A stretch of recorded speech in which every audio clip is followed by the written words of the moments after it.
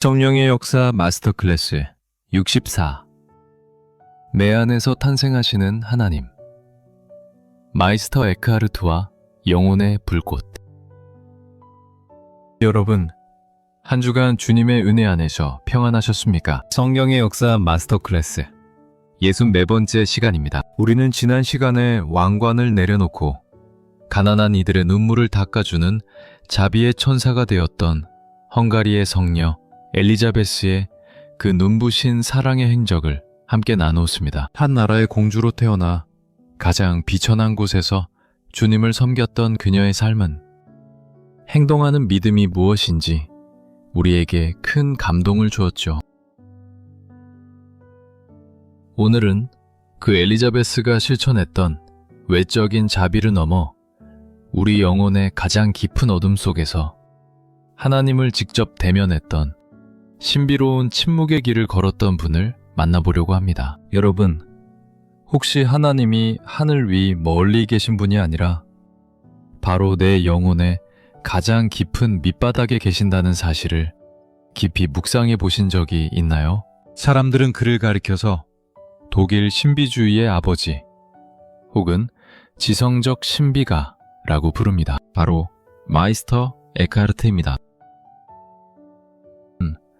복잡한 신학 지식을 넘어 인간의 영혼 속에 꺼지지 않는 신성한 불꽃이 있다고 가르쳤습니다. 그리고 우리가 모든 욕심을 내려놓고 침묵할 때 그 영혼의 처소에서 하나님의 아들이 다시 태어나신다는 놀라운 진리를 선포했습니다. 도대체 우리 영혼의 깊이는 어디까지일까요? 그리고 하나님과 우리 영혼이 하나가 된다는 것은 과연 어떤 황홀한 경험일까요? 성령님께서 한 신비가의 명석한 지성과 뜨거운 영혼을 통해 보여주신 그 오묘하고도 장엄한 신비의 세계 속으로 지금부터 여러분을 아주 정중하게 초대하겠습니다. 마이스터 에크하르트는 서기 1260년경 독일의 트링겐 지방에 있는 탐바흐라는 작은 마을에서 태어났습니다. 그의 본명은 에크하르트 폰 호흐하임이었죠. 그는 아주 어린 시절부터 도미니코 수도회에 들어가 엄격한 수련을 쌓았습니다. 여러분, 우리가 지난 시간에 공부했던 성 도미니크와 성 토마스 아퀴나스를 기억하시나요? 에크하르트는 바로 그 지성적인 도미니코 회의 전통 위에서 길러진 아주 명석한 학자였습니다. 그는 독일의 쾰른을 거쳐 당시 유럽 학문의 중심지였던 파리 대학에서 공부했습니다. 그곳에서 그는 신학 박사학위를 받았고 사람들은 그를 존경하는 마음을 담아 거장이라는 뜻의 마이스터라고 부르기 시작했습니다. 그는 도미니코 수도회의 높은 직책을 맡아 독일과 주변 지역을 돌며 수많은 수도원을 관리하고 제자들을 가르쳤습니다. 하지만 그의 위대함은 단순히 높은 지위나 박사학위에서 나온 것이 아니었습니다. 에크하르트에게는 남들이 보지 못하는 아주 특별하고도 깊은 영적인 눈이 있었습니다. 그는 수많은 책을 읽고 신학을 연구하면서 한 가지 근원적인 질문에 부딪혔습니다. 하나님은 과연 어디에 계시는가? 그리고 인간은 어떻게 그 하나님께 도달할 수 있는가? 라는 질문이었습니다. 성령님은 에크하르트의 명석한 지성을 통해 하나님을 단순히 지식으로 이해하는 것을 넘어 우리 영혼 안에서 직접 체험하는 신비로운 길을 열어주셨습니다.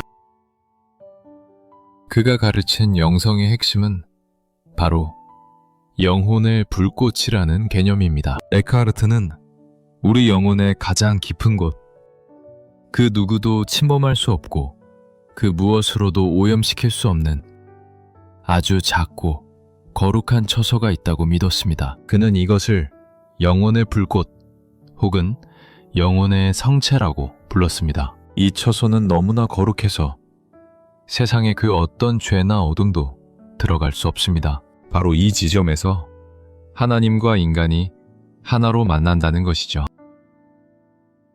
여러분, 한번 상상해 보십시오. 우리 마음이라는 거대한 바다의 가장 깊은 밑바닥에 영원히 꺼지지 않는 작은 불씨 하나가 살아 숨쉬고 있습니다. 그 불꽃은 하나님으로부터 흘러나온 빛이며 동시에 하나님을 향해 타오르는 사랑의 빛입니다. 에카르트는 우리가 이 불꽃을 발견하기만 하면 우리는 더 이상 하나님을 멀리서 찾을 필요가 없다고 말했습니다. 왜냐하면 그 불꽃이 타오르는 그 자리가 바로 하나님이 거하시는 보좌이기 때문입니다. 하지만 이 영혼의 불꽃을 발견하는 것은 결코 쉬운 일이 아닙니다. 에카르트는 우리가 이 불꽃을 가리고 있는 수많은 장애물을 제거해야 한다고 가르쳤습니다. 그는 이것을 가리켜서 버림 혹은 내려놓음이라고 불렀습니다. 우리가 나 자신이라는 고집을 버리고 무언가를 소유하려는 욕심을 버리며 심지어 하나님을 내 마음대로 규정하려는 생각까지도 다 내려놓을 때 비로소 우리 영혼은 투명해집니다. 그는 아주 유명한 비유를 들었습니다. 빈 그릇이라야 무엇을 채울 수 있듯이 우리 영혼이 온갖 세상의 것들로 가득 차 있으면 하나님이 들어오실 자리가 없다는 것입니다. 내가 나를 비우면 비울수록 그 빈자리에 하나님이 파도처럼 밀려 들어오십니다. 에카르트는 말하기를 하나님은 빈 곳을 결코 그냥 두지 않으시는 분이기에 우리가 완벽하게 비워지기만 하면 하나님은 필연적으로 우리 영혼 속에 당신 자신을 쏟아부으신다고 강조했습니다. 이것이 바로 성령께서 행하시는 비움과 채움의 신비입니다. 이 비움의 끝에서 일어나는 가장 영광스러운 사건을 에카르트는 영혼 속에서 하나님의 아들이 탄생하시는 일이라고 불렀습니다. 이것은 단순히 2000년 전 베들레헴에서 일어난 과거의 사건이 아닙니다. 지금 이 순간 바로 여기 내 영혼의 가장 깊은 처소에서 성령의 능력으로 하나님의 아들이 날마다 새로 태어나신다는 놀라운 선포입니다. 하나님이 내 안에서 나를 낳으시고 내가 하나님 안에서 다시 태어나는 이 신비로운 연합을 통해 인간은 비로소 하나님의 생명에 참여하게 됩니다. 에카르트의 설교는 당시 평범한 민중들에게 큰 울림을 주었습니다. 그는 어려운 라틴어 대신 사람들이 일상에서 사용하는 독일어로 설교했습니다. 그는 고결한 신학적 진리를 시장 바닥의 언어로 어머니의 다정한 목소리로 풀어냈습니다. 여러분, 하나님은 여러분을 기다리고 계십니다. 멀리 가지 마십시오. 여러분의 마음 안으로 들어가십시오. 그곳에 진정한 천국이 있습니다. 라고 그는 외쳤습니다. 그의 목소리에는 성령의 권능이 실려 있었고 수많은 영혼이 그의 설교를 들으며 내면의 평화를 얻었습니다.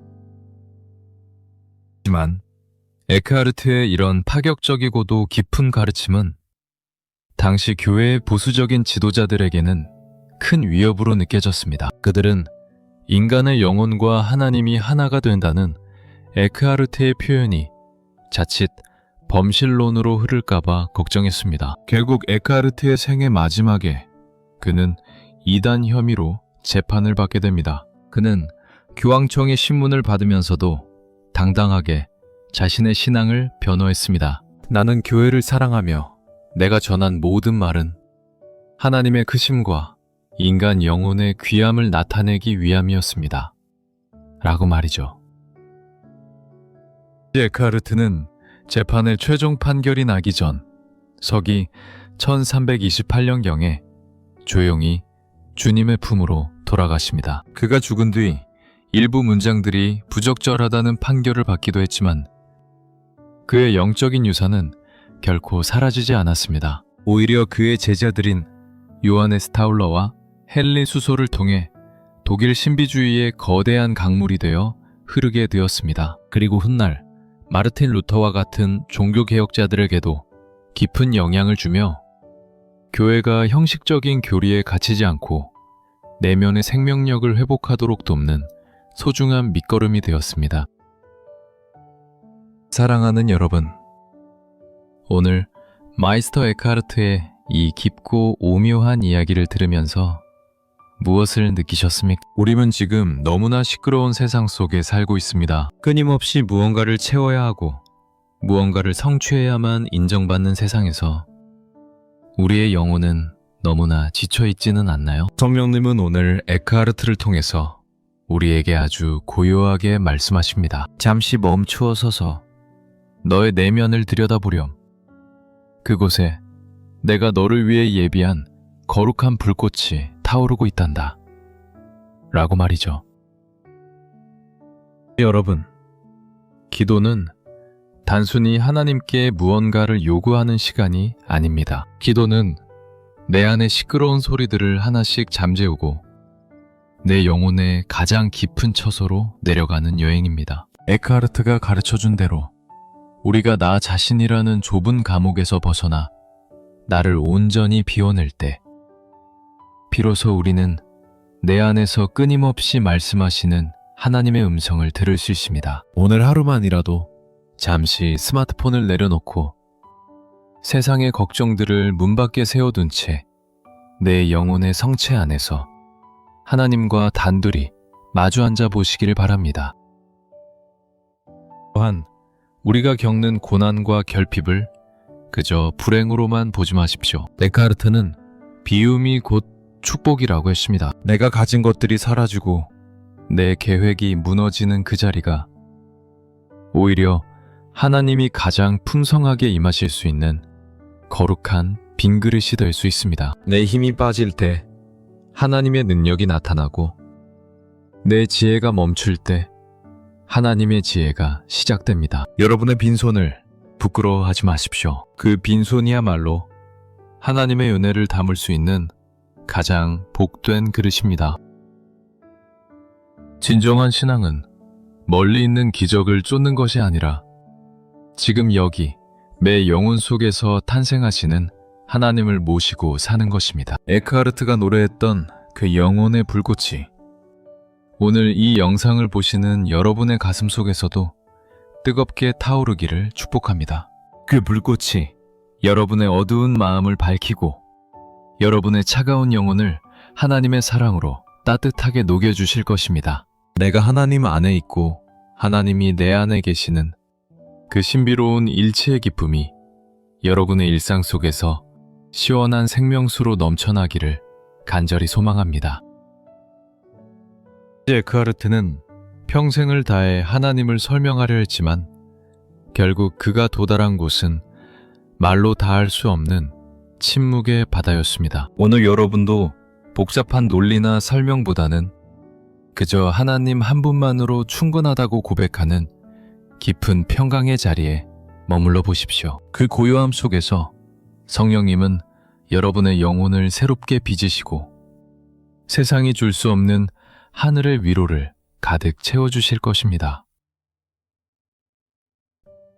여러분의 평범한 일상이 곧 거룩한 신비의 현장입니다. 설거지를 하고 길을 걷고 이웃과 대화하는 그 모든 평범한 순간들이 내 안에 하나님의 아들이 탄생하시는 거룩한 베들레헴이 될 수 있습니다. 마이스터 에크하르트가 꿈꿨던 그 영광스러운 신비로운 연합의 기쁨이 오늘 하루 여러분의 모든 발걸음 위에 가득하기를 간절히 기도합니다. 성령님은 에크하르트의 영혼을 비추셨던 그 동일한 빛으로 오늘 여러분의 마음 성전도 환하게 밝혀주실 것입니다. 성령님의 역사는 이제 에크하르트의 심오한 지적 신비주의를 넘어 다시금 우리 영혼의 구체적인 아픔을 어루만지고 위로하시는 따뜻한 성령의 손길로 나아갑니다. 에크하르트의 가장 충실한 제자이자 고난받는 민중들의 영혼을 눈물로 닦아주었던 위대한 설교자가 우리를 기다리고 있습니다.